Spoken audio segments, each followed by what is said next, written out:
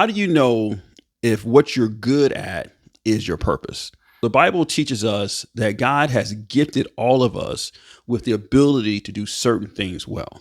That means that God has put inside of our spiritual DNA certain talents that allow us to do things really, really well.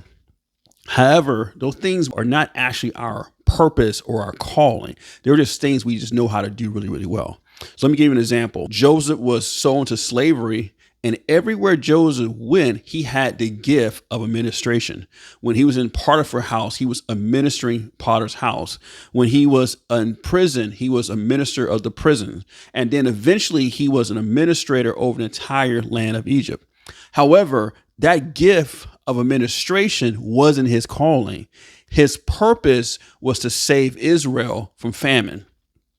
His talents, like administrations, those were just means to an end to use in his purpose. So all of us have talents, have certain things we do really, really well that's supposed to be used for our purpose. So we got to be careful not to idolize the gifts and call that the purpose. Just because David was good at administration, his purpose wasn't to be an administrator. His purpose was to save Israel. So the question you got to ask yourself, what should I apply my talents to, but don't call the talents your purpose?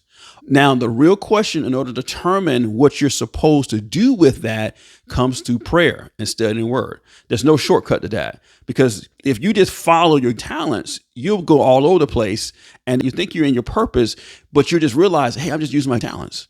And you got to seek the Holy Spirit, seek God's heart about what he's actually called you to do with those talents.